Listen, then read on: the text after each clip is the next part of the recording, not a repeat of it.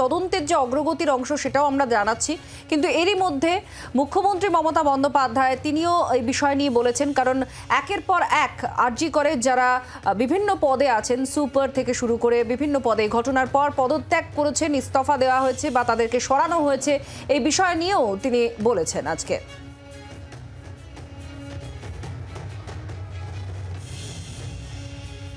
যেদিন ঘটনা ঘটে আমি সেদিন ঝাড়গ্রামে ছিলাম, কিন্তু আমার কাছে যখনই কলকাতার পুলিশ কমিশনার খবরটা দেয় আমি সঙ্গে সঙ্গে তাকে বলি যে এটা খুব নক্কারজনক ঘটনা এবং খুবই বেদনাদায়ক ঘটনা।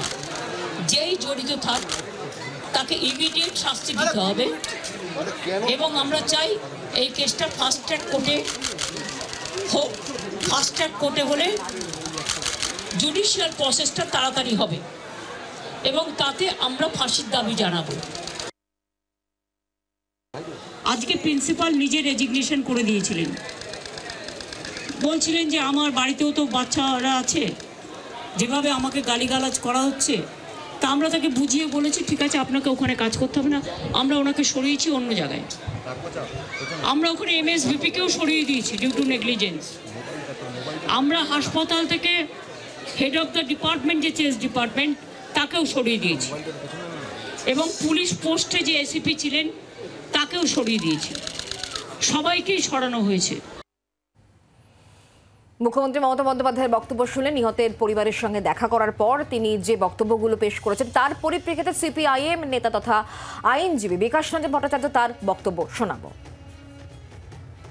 সিবিআই কি দিলে এখনই দেওয়া উচিত?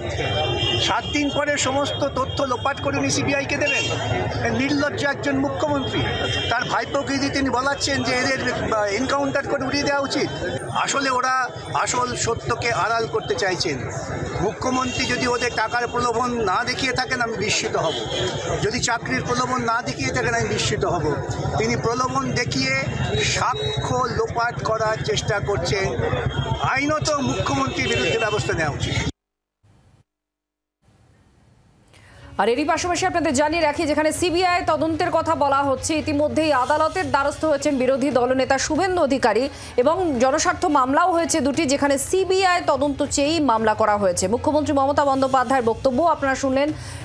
রবিবার পর্যন্ত সময় বেঁধে দেওয়া হয়েছে পুলিশকে, না হলে সিবিআইকে হ্যান্ডওভার করা হবে এই কেস, এই কথা তিনি বলেছেন। আর তারপরেই বিরোধীরা কিন্তু বলছেন যে তথ্য প্রমাণ তো লোপাট হয়ে যাবে এতটা সময় দিলে, তার থেকে যদি সদিচ্ছাই থাকে তাহলে এখনই সিবিআইকে হ্যান্ডওভার করা হোক এই মামলা। মুখ্যমন্ত্রীর পাশে দাঁড়িয়ে সিপি বিনীত গোয়েল তিনি তদন্তের গতি প্রকৃতি নিয়ে ঠিক কি জানিয়েছেন আজ শোনাবো। আমরা অলরেডি যে ইনভেস্টিগেশন প্রসেসের মধ্যে যারা যারা ওই পিওর কাছাকাছি ছিলেন, কোনো ধরনের কোনো কানেকশন আছে, ইনভলভমেন্ট আছে, প্রত্যেকটা লোককেই ডাকা হচ্ছে এবং ডাকা হবে। এবং আমরা অলরেডি একটা হেল্পলাইন নাম্বার শুরু করেছি, ওর মধ্যে ডাক্তাররাও আমাদেরকে বলতে পারেন, অ্যানোনিমাসলি বলতে পারেন, ফিজিক্যালি এসে বলতে পারেন কি যদি কারো উপরে সন্দেহ থাকে, কি কারণে সন্দেহ আছে। ফ্যামিলি মেম্বার সঙ্গেও আমরা টাচে আছি। আমরা নিশ্চিত কি আগামী 4-5 দিনের মধ্যে যদি আরও কেউ থাকে আমরা নিশ্চয়ই ওদের সবাইকে আমরা নিশ্চয়ই অ্যারেস্ট করতে পারবো। আর যদি তার সত্ত্বেও যদি ফ্যামিলি স্যাটিসফ্যাকশন না থাকে, ম্যাডাম যা বলেছেন সেটা হবে। আপনারা শুনলেন পুলিশের তরফ থেকে ঠিক কি কি করা হয়েছে আজকে। সিপি একেবারে ওই পরিবারের সঙ্গে কথা বলার পর মুখ্যমন্ত্রীর পাশে দাঁড়িয়ে তদন্তের এই গতি প্রকৃতি তুলে ধরলেন এবং কি কি করা হচ্ছে পুলিশের তরফ থেকে। অনেক বিষয় তথ্য উঠে আসছে বিভিন্ন সমাজ মাধ্যমে।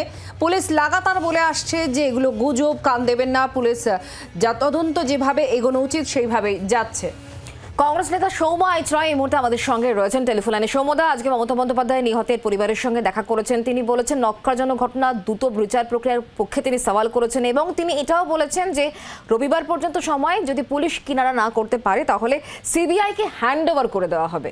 কি বলবেন আপনি? দেখুন, মাননীয় মুখ্যমন্ত্রী যে কথাটি বলেছেন আমি বুঝতে পারলাম না উনি পুলিশ প্রশাসনের উপরে ভরসা রাখতে পারছেন কিনা।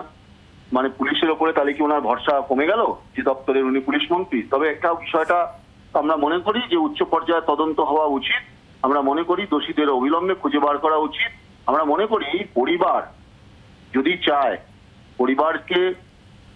তার পরিবার যদি মনে করেন যে এর তদন্ত আরো যদি সেখানে করা দরকারের প্রয়োজন পড়ে তাহলে নিশ্চয়ই করা যেতে পারে। তবে মুখ্যমন্ত্রী কথাটা কেন বললেন সে বিষয়ে আমরা যথেষ্ট পরিষ্কার নয়।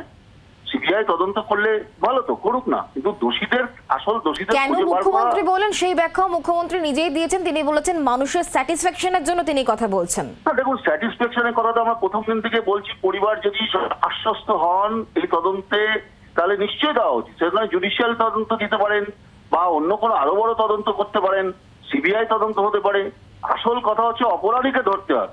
অপরাধীরা কেন এখানে এত এইভাবে মাথা ছাড়া দিয়ে উঠলো, এত বড় অপরাধ করার সাহসটা কি করে করলো, এই পুলিশি ব্যবস্থার মধ্যে এ রাজ্যের নিরাপদ কতটা লঙ্ঘিত হলো, সেটার জবাব কি মুখ্যমন্ত্রী দিয়েছেন? একটা ঘটনা ঘটে যাওয়ার পরে এইসব কথা বলা যায়, কিন্তু একটা হাসপাতালের মধ্যে একজন ডাক্তার এইভাবে খুন হয়ে গেল এবং ধর্ষিতা হলেন, সেই জবাবটাও তো মুখ্যমন্ত্রীকে দিতে হবে। মানে পুলিশ প্রশাসনের যে কাজটা শুধুমাত্র একটা ঘটনা ঘটে যাওয়ার পরে তদন্ত করা নয়, সুরক্ষা দেওয়া, সেই কাজে কতটা ব্যর্থতা হয়েছে সেটাও খুঁজে দেখা দরকার। তবে মুখ্যমন্ত্রী এই কথাতে যদি তার পরিবার আশ্বস্ত হন তাহলে আমরা বলবো যে ঠিকই আছে, অসুবিধা নেই। ধন্যবাদ সৌম্যদা। অরূপ চক্রবর্তী তৃণমূল কংগ্রেস নেতা এই মুহূর্তে আমাদের সঙ্গে রয়েছেন। অরূপদা, কি বলবেন? মুখ্যমন্ত্রী সদিচ্ছা নিয়ে প্রশ্ন তোলা হচ্ছে এবং বলা হচ্ছে যে কোথাও কিছু একটা আড়াল করার চেষ্টা করা হচ্ছে, সেই জন্যই এখন সিবিআই তদন্তের দাবি করা হচ্ছে। প্রথম কথা, নির্যাতিতা বা যিনি যার সাথে ভয়ঙ্কর ঘটনা ঘটেছে সেই পরিবার, তার মা বাবা, তারা নিজেরা পরিষ্কার জানিয়েছেন যে তাদের প্রশাসনের উপর সম্পূর্ণ আস্থা রয়েছে। ইতিমধ্যেই একজন গ্রেফতার হয়েছে এবং পুলিশ যথাযথ তদন্ত করছে। সেই তদন্তে যা যা অগ্রগতি এসছে পরিবারকে সরকারের পক্ষ থেকে সেটা জানানো হয়েছে। যারা মৃতার পরিবার তারা যখন আস্থা প্রকাশ করছেন তখন একদল রাজনীতিবিদ, তারা নিজেদের রাজনৈতিক তাদের স্বার্থ থাকতেই পারে, এই ধরনের নিকৃষ্ট ঘৃণ্য ন্যাক্কারজনক ঘটনা দোষীদের একটাই শাস্তি হওয়া উচিত, সর্বোচ্চ পানিশমেন্ট। স্বয়ং মুখ্যমন্ত্রী নিজে বলেছেন যে আমি চাই যে অপরাধীর ফাঁসি হোক। আমাদের নেতা অভিষেক বন্দ্যোপাধ্যায় পরিষ্কার বলেছেন 7 দিনের মধ্যে এরকম আইন আনা উচিত যাতে এই ধরনের ভিন্ন অপরাধীরা তারা যেন কোনোভাবেই রেহাই না পায়। অর্থাৎ সরকারের মনোভাব খুব পরিষ্কার। সেইখানে দাঁড়িয়ে যদি মনে হয় যে এই তদন্তের ক্ষেত্রে আরো বৃহত্তর এজেন্সি প্রয়োজন, সেক্ষেত্রে সিবিআইও ওয়েলকাম করা হয়েছে সরকারের পক্ষ থেকে। অর্থাৎ সরকারের লুকোনোর কিছু নেই। সিবিআই তো একেবারে ধন্বন্তরী নয়, আজ অব্দি রবীন্দ্রনাথ ঠাকুরের নোবেল খুঁজে পাই। তা সত্ত্বেও আমরা তদন্তের সাথে কথাও বলেছি যে যদি মনে হয় যে আরো উচ্চতর তদন্তের প্রয়োজন রয়েছে, সিবিআই আজ 10 মিনিটের তো কিছু নেই। মুখ্যমন্ত্রী নিজেই সেই কথা বলেছেন। আসলে রাজনৈতিক অস্তিত্ব একদল আস্থা রয়েছে, তারা নিজেরাই সোশ্যাল মিডিয়া ট্রায়াল করছেন, তারা নিজেরাই বিভিন্ন মিডিয়ায় ভাইস দিয়ে শুধুমাত্র হাওয়া গরম করে রাজনৈতিক করছেন। তারা নিজেরা যখন মধ্যপ্রদেশে কারা করছে, বিজেপি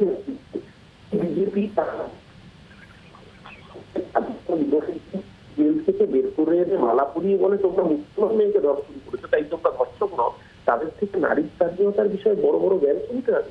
যে সিপিএম এর আমলে বানতলা ইউনিসেফের কর্মী অনিতা দেওয়ানকে নৃশংসভাবে ধর্ষণ করে খুন করা হয়েছিল, তারপর জ্যোতিবুদ্ধির মতো মুখ্যমন্ত্রী বলেছিলেন ইট হ্যাপেন্স, এরকম তো কতই হয়। তাদের থেকে নমনীয়তার কথা শুনতে হবে, তাদের থেকে জ্ঞানের বাণী শুনতে হবে। বোঝা গেছে অরূপদা আপনার বক্তব্য। অনেক ধন্যবাদ। অরূপ চক্রবর্তী ছিলেন আমাদের সঙ্গে। বাংলার আওয়াজ, বাঙালির আবেগ, জি 24 ঘন্টা।